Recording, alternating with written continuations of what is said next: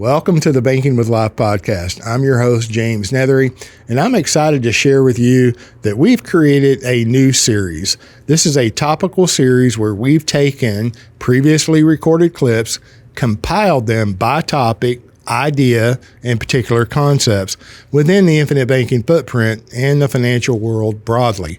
Topics will include loans, loan repayments, paid up additions riders, other riders, dividends, long-term thinking, what could go wrong, what does go wrong within the infinite banking footprint. And I hope you enjoy listening. And it was created for your edification. Thank you.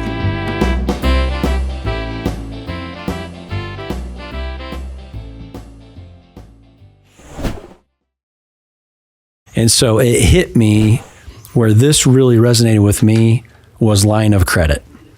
That's the first thing that resonated with me. It wasn't death benefit. It wasn't some of these other awesome aspects. It was line of credit. How do I get this interest to be uninterrupted?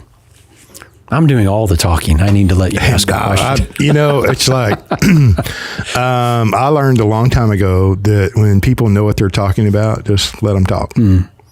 So please continue, because I'm enthralled. I mean, I know a lot of this. We've speak and have spoken regularly over the last few years, but I don't know all the details and all the nuances. So I'm like, it's riveting to me, Well, so I started searching that out in probably 2018, 2019. Figured out, okay, this looks like the one that's paying the most dividends, which is the wrong way to analyze it, but that's how I was analyzing it. And my lack of knowledge, I knew that it was a good vehicle. I just didn't know how good it could be. And it was with a good company that paid a good dividend. Strong company, so it checked, the absolutely, boxes. Yeah. My agent tried to sell me, or put me in, I should say. He didn't sell me at all. I called him and said, hey, I want to buy one of these. Before I did that, I went and checked with my wife, because I've learned, especially since my excavating fiasco, God gave women intuition. It's a real thing. And I'm married to a good one, and she's a Proverbs 31 wife, and she is such a blessing to me. And so I went to her first and said, hey, let's pray about this. Let's think about this. It's definitely not mainstream. It's definitely not Dave Ramsey. It's not Dave Ramsey.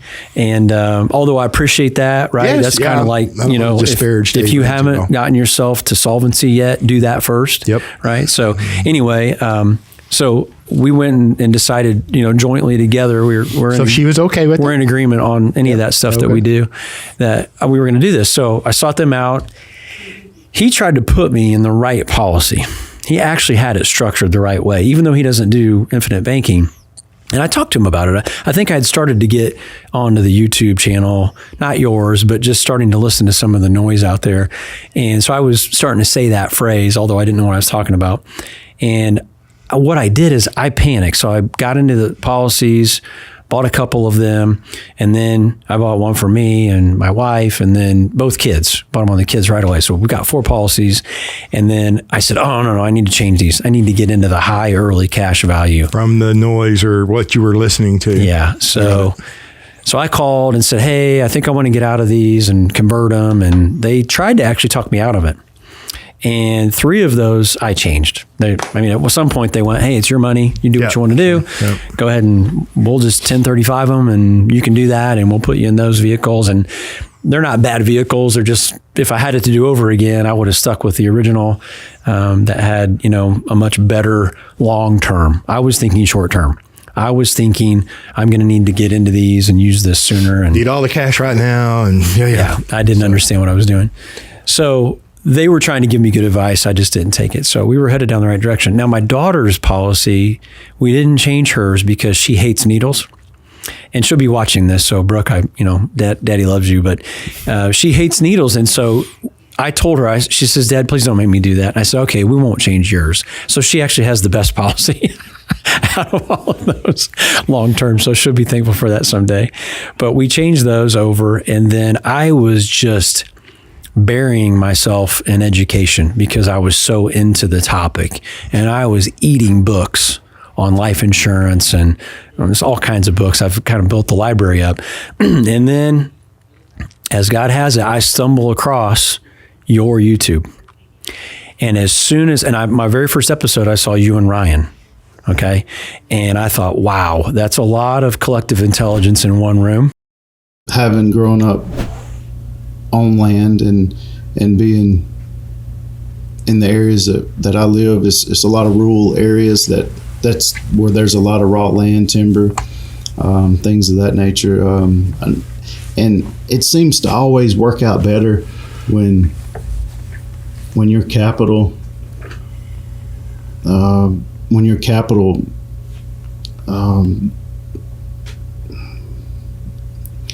draws in the opportunities.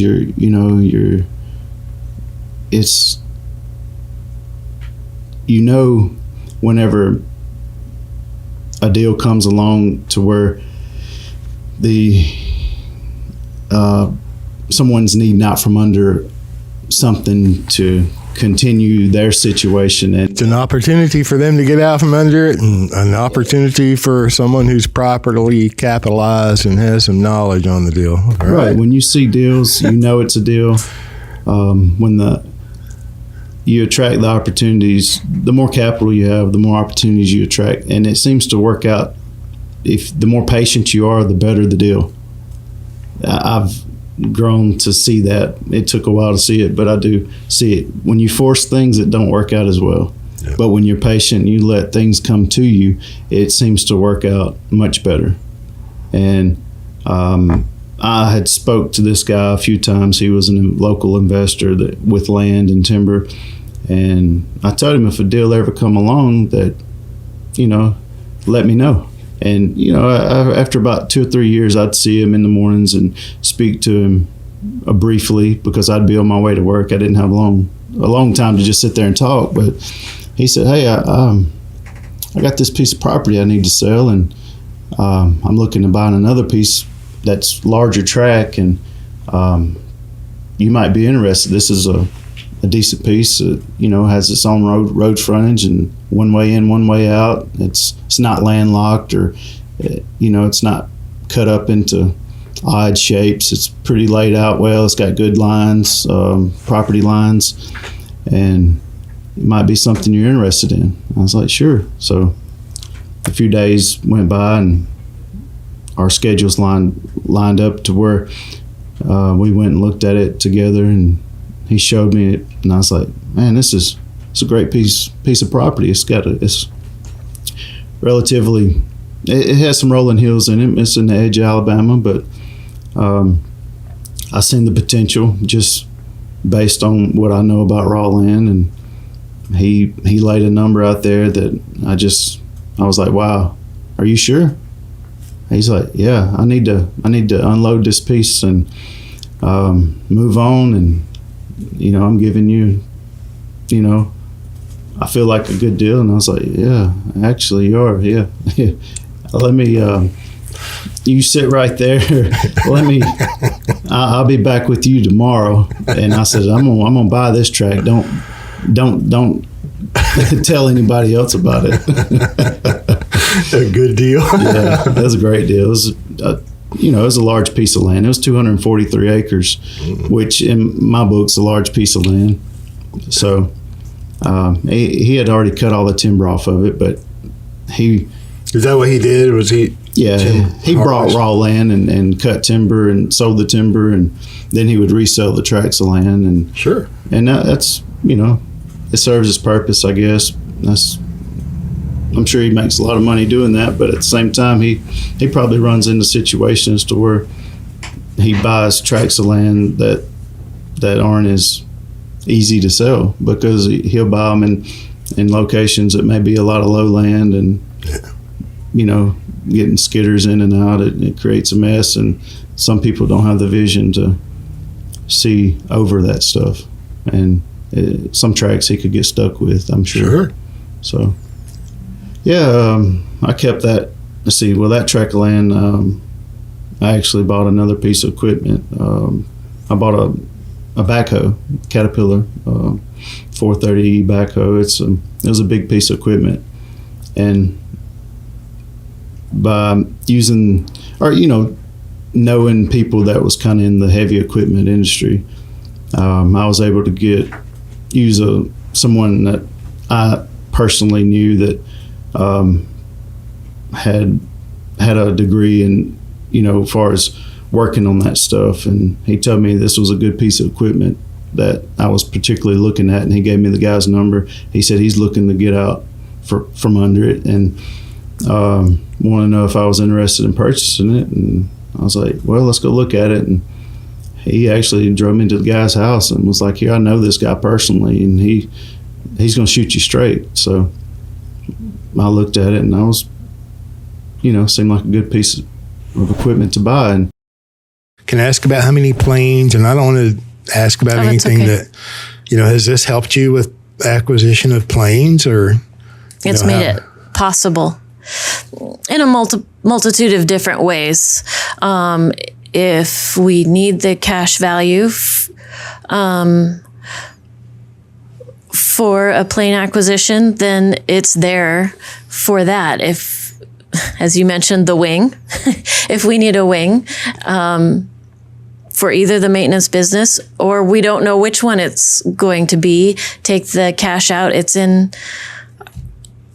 our hands to divert whichever way it needs to go. Mm-hmm. And it might need to potentially go into a premium payment. Have you talked to any? Oh, go ahead. But as a concept, I know that it will be reinvested in some area that will start that cash flow over again and throw off more cash to reinvest. And I don't want to repeat myself, but just it continues, and it's recycling my own capital over and over again, and it gets a use each time. And velocity.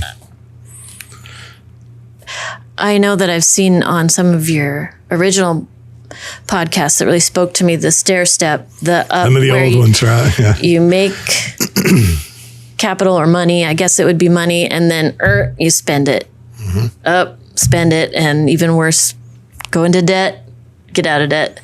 And to just in the short amount of time that we have been involved in this process, you can feel it, like that stair step of making money, investing it, and the curve goes up so that the base foundation is increasing.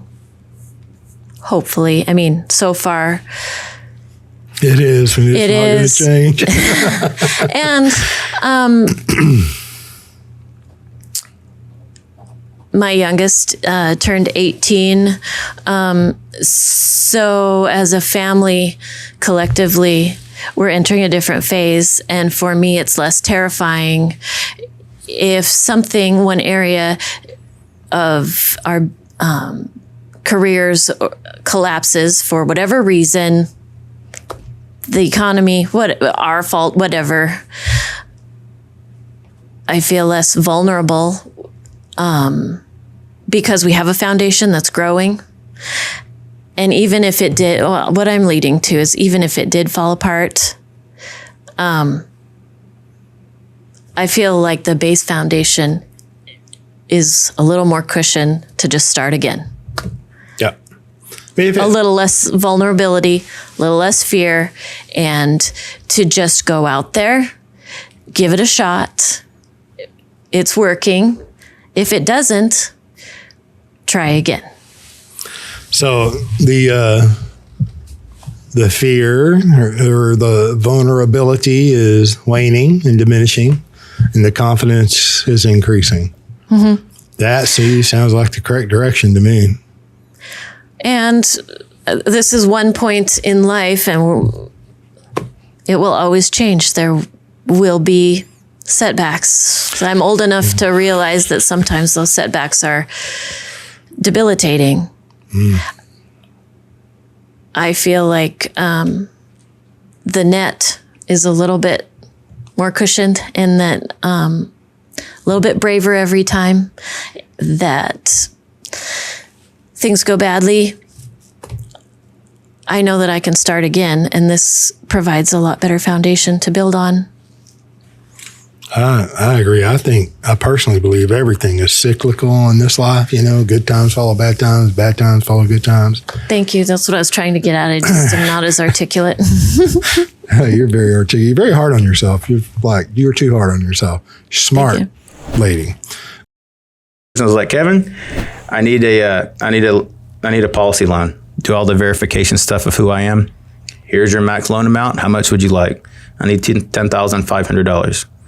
Okay. Would you like that ACH to the same bank account where your premium comes from? Yes, sir.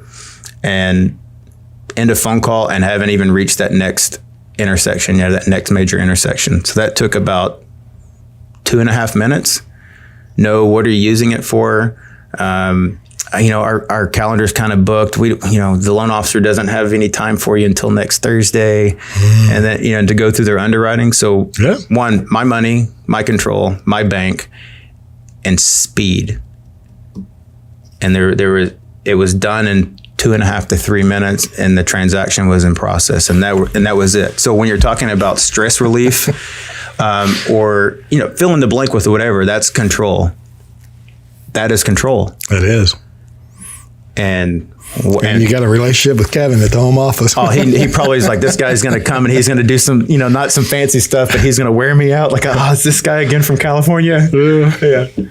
But yeah, so that's kind of, I love that. Yeah. But I've, as a practitioner, I've repainted rental properties with policy loans. I've replaced HVAC because it gave me some operating flexibility instead of giving up 3 years of cash flow to a property.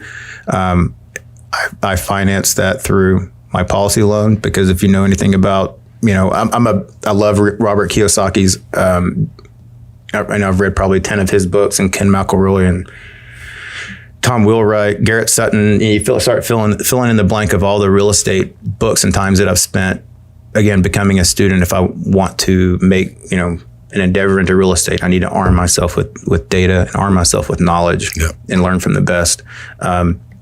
And understanding that an asset is anything that takes or puts money into your pocket, and a liability is anything that takes money out of your pocket. Really simple. Very simple. Just like infinite banking. It's really simple.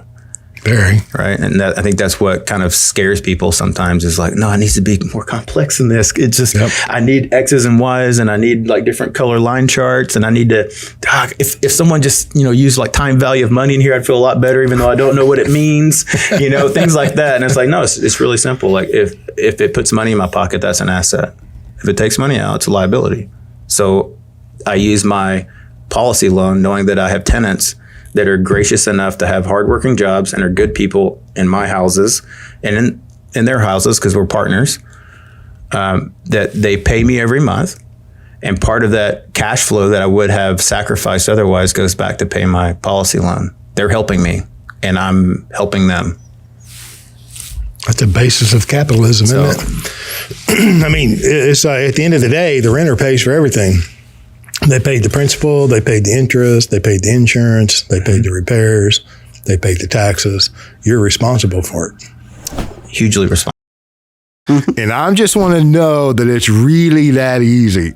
It really is. It really is, because I've requested 2 policy loans during this first 5 months. Mm-hmm. The first policy loan I requested, it was in October. After 3 weeks. So September to October. After the 3 weeks period that the money had to clear, I requested my first policy loan equally to what I had in my cash values. Then I applied it to my first commercial loan. So you had a loan balance, and then you're capturing that loan balance outside loan balance too. Yes. Okay. So it took me, once I got that money deposited in my bank account, it took me another. It was kind of a visual on my end. Yeah. I was like, based on my income, how soon can I add velocity to my banking system? Right. So now, because what I discovered was every penny that I was paying back to the policy, it became available again. So it became like I was recycling the 30 money. days. It's really about 30 calendar days generally. Yes. Pay a premium or loan repayment. Then that So value becomes available. that value becomes available again for using for other things. That was a whole, I mean, you can read it, you Yeah. can hear it, you So- can think about it, but when Yeah. you actually do it and see it and experience it, it's a whole nother level of understanding. Yeah, here's the thing. What the book does, it drives you, it gives you about 80% of your imagination. That's what it did to me. Yeah. It picks up your imagination because you see things that you never thought existed. And then once you see them, you cannot unsee them. You can't. And then you're like, now, how do I get this implemented? Now you go through the process, you get the system set up. Now you have the system. For me, it took 30 days to request my first policy loan. And then... A man on a mission. Yes. I'm still on a mission. Because, Absolutely. Yeah. And then from October to February of 2022, all the money that I had paid back to the system, it became available fully. Except there was that small interest, but I don't mind. It is No, you're paying interest, no question. Yeah, I don't mind paying that interest because it is a mutual. It causes the profitability of the company, which I'm a co-owner. Then at the end of the year, it'll come back maybe in the form of dividends or maybe in the form of those interests. Because Nelson's in the book, he clearly said the POA will earn dividends and the base will also earn dividends and interest. So I saw that. If I'm a mutual owner, so what else do I need? Yeah, well, your line of credit didn't come interest free. No. No, neither truck came interest free. Nah. Right? No. You were paying somebody interest. I'm paying somebody directly. interest. Yeah. And With how the- much was the interest you were paying them? Do you know? Do you remember the rates? I'm paying 14%. Oh, okay. 14% in the policy on one loans. track. On one truck. Yeah. So think about 14% on one track on 150,000 loan. It's huge. That's a lot of So money. I was paying about, for the first 3 years, assuming from 2018 to today, I've paid about 30,000 in interest loan. Is that ever going to come back to you? It's gone forever. Yeah. It'll never come back. Right. So what I saw with this mutual dividend paying products, with the concept that Nelson is teaching, you get every penny returned back to you. So then you get to keep it for the generations to come. So let me focus on the financing side of it because I think that is where the sweet spot is. Okay. And that is where the financial freedom really relies. Yeah. So you have ready access to capital on demand.